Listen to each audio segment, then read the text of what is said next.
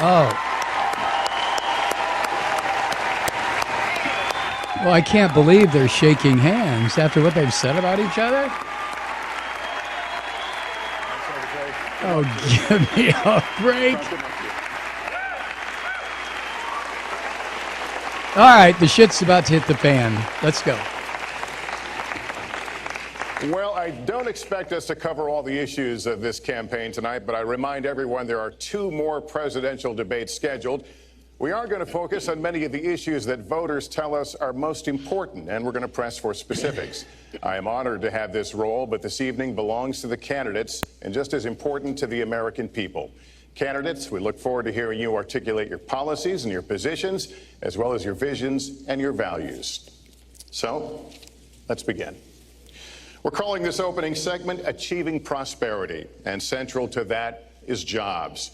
There are 2 economic realities in America today. There's been a record 6 straight years of job growth, and new census numbers show incomes have increased at a record rate after years of stagnation. However, income inequality remains significant, and nearly half of Americans are living paycheck to paycheck. Beginning with you, Secretary Clinton, why are you a better choice than your opponent to create the kinds of jobs that will put more money into the pockets of American workers? Well, thank you, Lester, and thanks to Hofstra for hosting us. The central question in this election is really what kind of country we want to be and what kind of future we'll build together. Today is my granddaughter's 2nd birthday, so I think about this a lot. First, we have to build an economy that works for everyone, not just those at the top. That means we need new jobs, good jobs, with rising incomes. I want us to invest in you. I want us to invest in your future. That means jobs in infrastructure, in advanced manufacturing, in innovation and technology, clean renewable energy, and small business, because most of the new jobs will come from small business. We also have to make the economy fairer. That starts with raising the national minimum wage and also guarantee, finally, equal pay for women's work. I also want to see more companies do profit sharing. If you help create the profits, you should be able to share in them, not just the executives at the top. And I want us to do more to support people who are struggling to balance family and work. I've heard from so many of you about the difficult choices you face and the stresses that you're under. So let's have paid family leave, earned sick days. Let's be sure we have affordable child care and debt-free college. How are we going to do it? We're going to do it by having the wealthy pay their fair share and close the corporate loopholes. Finally, we tonight are on the stage together, Donald Trump and I. Donald, it's good to be with you. We're going to have a debate where we are talking about the important issues facing our country. You have to judge us. Who can shoulder the immense, awesome responsibilities of the presidency? Who can put into action the plans that will make your life better? I hope that I will be able to earn your vote on November 8th. Secretary Clinton, thank you. Mr. Trump, the same question to you. It's about putting more money into the pockets of American workers. You have up to 2 minutes. All right. Thank you, Lester. Our jobs are fleeing the country. They're going to Mexico. They're going to many other countries. You look at what China is doing to our country in terms of making our product. They're devaluing their currency, and there's nobody in our government to fight them. And we have a very good fight, and we have a winning fight, because they're using our country as a piggy bank to rebuild China, and many other countries are doing the same thing. So we're losing our good jobs, so many of them. When you look at what's happening in Mexico, a friend of mine who builds plants said it's the 8th wonder of the world. They're building some of the biggest plants anywhere in the world, some of the most sophisticated, some of the best plants. With the United States, as he said, not so much. So Ford is leaving. You see that, their small car division leaving. Thousands of jobs, leaving Michigan, leaving Ohio. They're all leaving, and we can't allow it to happen anymore. As far as child care is concerned and so many other things, I think Hillary and I agree on that. We probably disagree a little bit as to numbers and amounts and what we're going to do, but perhaps we'll be talking about that later. But we have to stop our jobs from being stolen from us. We have to stop our companies from leaving the United States, and with it, firing all of their people. All you have to do is take a look at Carrier Air Conditioning in Indianapolis. They left, fired 1,400 people. Yeah, but what are you going to do? Mexico. So many, hundreds and hundreds of Jesus. companies are doing this. We cannot let it happen. Under my plan, I'll be reducing taxes tremendously, from 35% to 15% for companies, small and big businesses. That's going to be a job creator like we haven't seen since Ronald Reagan. It's going to be a beautiful thing to watch. Companies will come, they will build, they will expand, new companies will start, and I look very, very much forward to doing it. We have to renegotiate our trade deals, and we have to stop these countries from stealing our companies and our jobs. Woo! Secretary Clinton, would you like to respond? Well, I think that trade is an important issue. Of course, we are 5% of the world's population. We have to trade with the other 95%. And we need to have smart, fair trade deals. We also, though, need to have a tax system that rewards work and not just financial transactions. And the kind of plan that Donald has put forth would be trickle-down economics all over again. In fact, it would be the most extreme version, the biggest tax cuts for the top percent of the people in this country than we've ever had. I call it trumped up trickle-down, because that's exactly what it would be. That is not how we grow the economy. We just have a different view about what's best for growing the economy, how we make investments that will actually produce jobs and rising incomes. I think we come at it from somewhat different perspectives. Look at Snake I Eyes. understand that. You watched that, Donald was Snake Eyes. very fortunate in his life, and that's all to his benefit. He started his business with $14 million borrowed from his father, and he really believes that the more you help wealthy people, the better off we'll be, and that everything will work out from there. I don't buy that. I have a different experience. My father was a small businessman. He worked really hard. He printed drapery fabrics on long tables where he pulled out those fabrics and he went down with a silk screen and dumped the paint in and took the squeegee and kept going. And so what I believe is the more we can do for the middle class, the more we can invest in you, your education, your skills, your future, the better we will be off and the better we'll grow. That's the kind of economy I want us to see again. Let me follow up with Mr. Trump if I can. You've talked about creating 25 million jobs, and you've promised to bring back millions of jobs for Americans. How are you going to bring back the industries that have left this country for cheaper labor overseas? How specifically are you going to tell American manufacturers that you have to come back? Well, for one thing, and before we start on that, my father gave me a very small loan in 1975, and I built it into a company that's worth many, many billions of dollars with some of the greatest assets in the world. And I say that only because that's the kind of thinking that our country needs. Our country's in deep trouble. We don't know what we're doing when it comes to devaluations, and all of these countries all over the world, especially China, they're the best ever at it.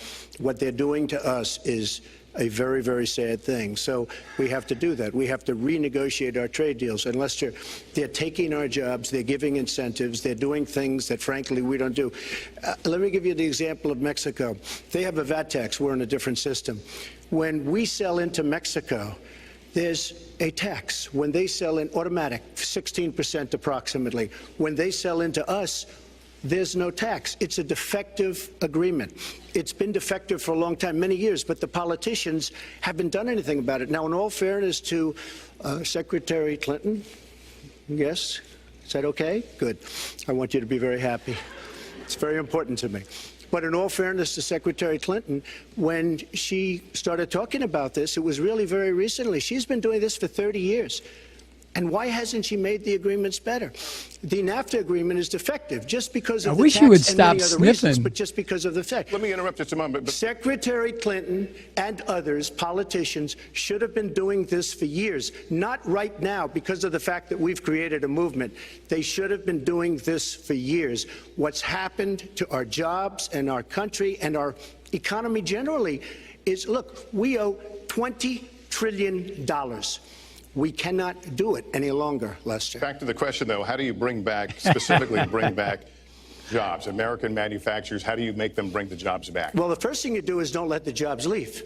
The companies are leaving. I could name, there are thousands of them. They're leaving, and they're leaving in bigger numbers than ever. And what you do is you say, fine, you want to go to Mexico or some other country, good luck. We wish you a lot of luck.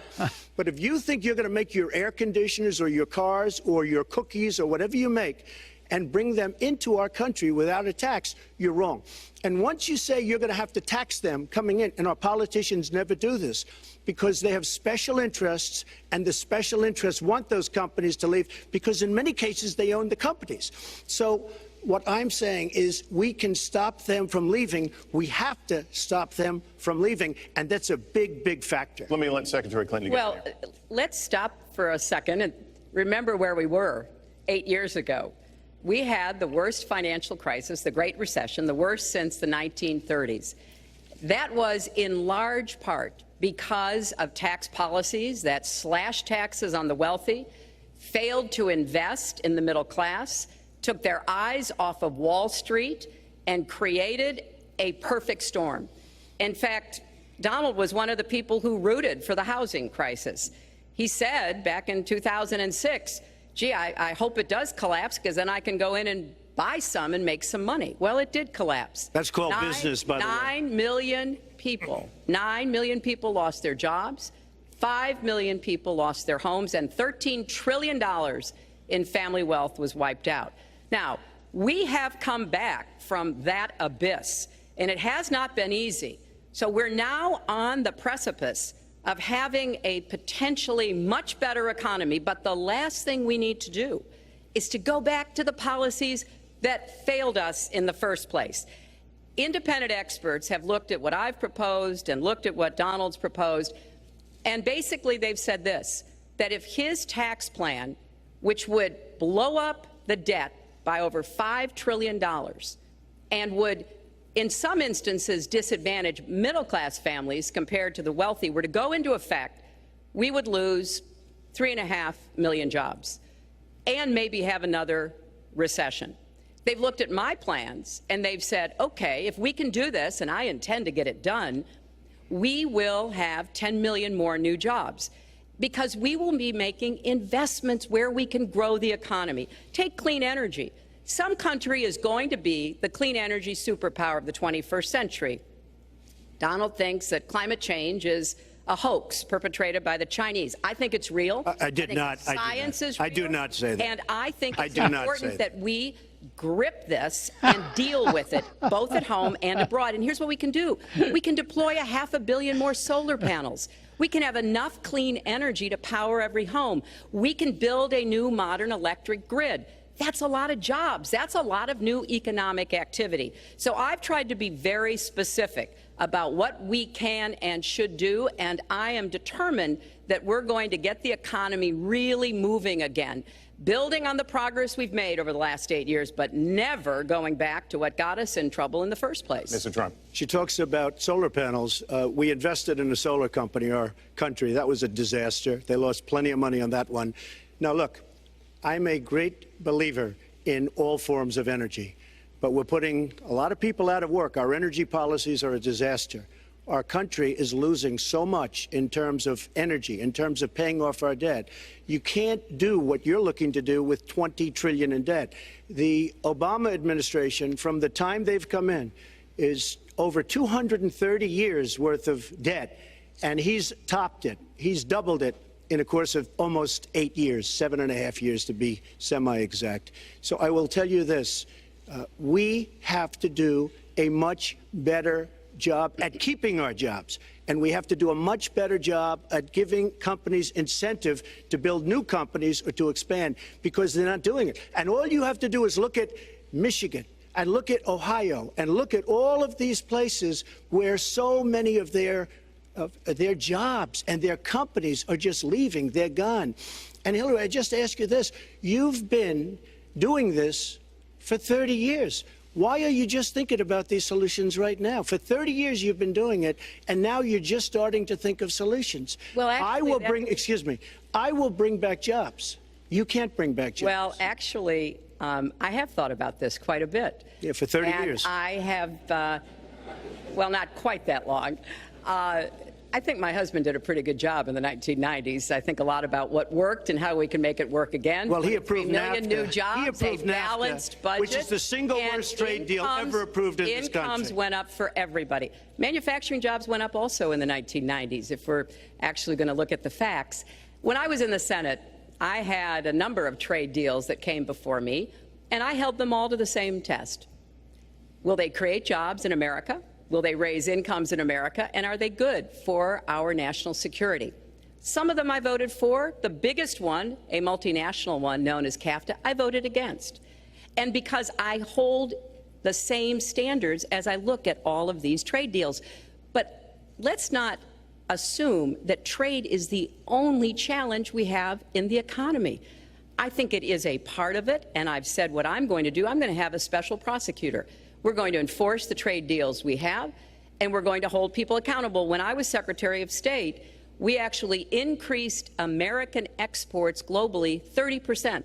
We increased them to China 50%. So I know how to really work to get new jobs and to get exports that help to create more new jobs. Well, you haven't done it in 30 years or 26 years. Well, any number you I've want to been do. a senator, You Donald, haven't done it. and You haven't I done have it. been a And excuse Secretary me, of State, and I have your done husband signed a lot. NAFTA, which was one of the worst things that ever happened Well, to the that's your manufacturing opinion. industry. That is your You opinion. go to New England, you go to Ohio, Pennsylvania, you go anywhere you want, Secretary Clinton, and you will see devastation where manufacturing is down 30, 40, sometimes 50%. Why NAFTA doesn't is the worst why doesn't trade deal Clinton maybe say, ever "I signed am anywhere, not but my certainly ever signed in husband"? this country. And now I mean, come you want to on. approve Trans-Pacific Partnership. You were totally in favor of it. Then you heard what I was saying, Jesus. how bad it is, and you said, I can't win that debate. But you know that if you did win, you would approve that, and that will be almost as bad as NAFTA. Nothing will ever Well, top NAFTA. That is just not accurate. I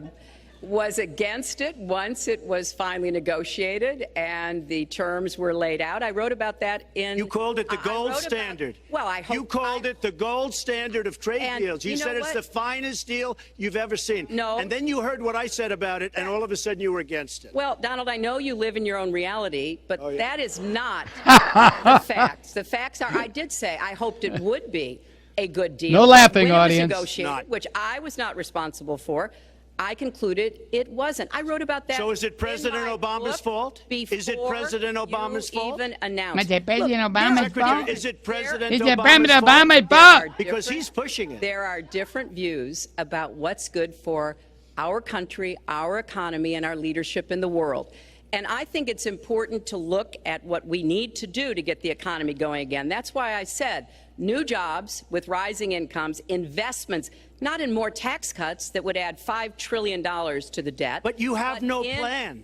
Oh, I do. Secretary, In fact, you I have no written plan. a book about You it. have no It's called plan. Stronger Together. You can pick it up That's tomorrow. about all you- Folks, at we're the gonna- bookstore or at an airport near you. We're gonna move to- But it's because I see this. We need to have strong growth, fair growth, sustained You growth. have no plan. We also have to look at how we help families balance the responsibilities at home and the Your mama wears responsibilities of combat business. boots. So we have a very robust set of plans, and people who have looked at both of our plans have concluded that mine would create 10 million jobs and yours would lose us 3.5 million jobs and explode You are the going debt, to approve one of which the would biggest tax have cuts a in recession. history. You are going to approve one of the biggest tax increases in history. You are going to drive business out. Your regulations are a disaster, and you're going to increase regulations all over the place. And by the way, my tax cut is the biggest since Ronald Reagan. I'm very proud of it.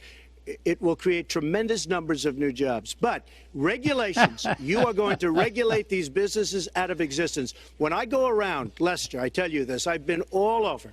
And when I go around, despite the tax cut, the things that business and people like the most is the fact that I'm cutting regulation. You have regulations on top of regulations, and new companies cannot form, and old companies are going out of business, and you want to increase the regulations and make them even worse.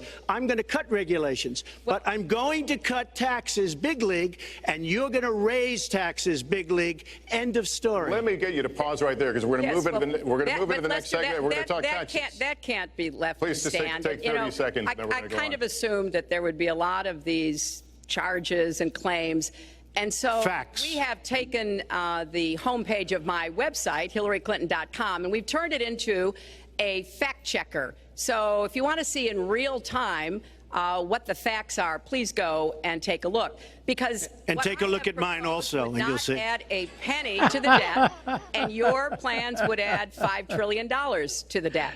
What I have proposed would cut regulations and streamline them for small businesses. What I have proposed would be paid for by raising taxes on the wealthy because they have made all the gains in the economy. And I think it's time that the wealthy and corporations paid their fair share to support this Well, country. you just opened the next segment. Well, which is look, the- could I just finish? Actually, I think I should. I'm gonna give You go this to her chance right website here. With the and new you take a look at her 15-minute website. segment, She's it's on going to the- raise taxes $1.3 trillion. come And look at her website. You know what? It's no different than this. She's telling us how to fight ISIS. Just go to her website. She tells you how to fight ISIS on her website. I don't think General Douglas MacArthur would like that All right, too the much. the next segment, we're continuing Well, the at subject least of, I have a plan to fight achieving ISIS. prosperity. No, you're telling the enemy everything you want to do. No, we're not. See, you're telling the enemy everything you want to do. No wonder you've been fighting. No wonder you've been fighting ISIS your entire adult life. Folks, That's go to the fact checkers, get folks, to work. you are unpacking Your a lot entire here. adult We're life? still on the issue of achieving prosperity, and I want to talk He's about going to lose it taxes, before the 90 fundamental minutes difference are between over. the two of you What an concerns the asshole. wealthy.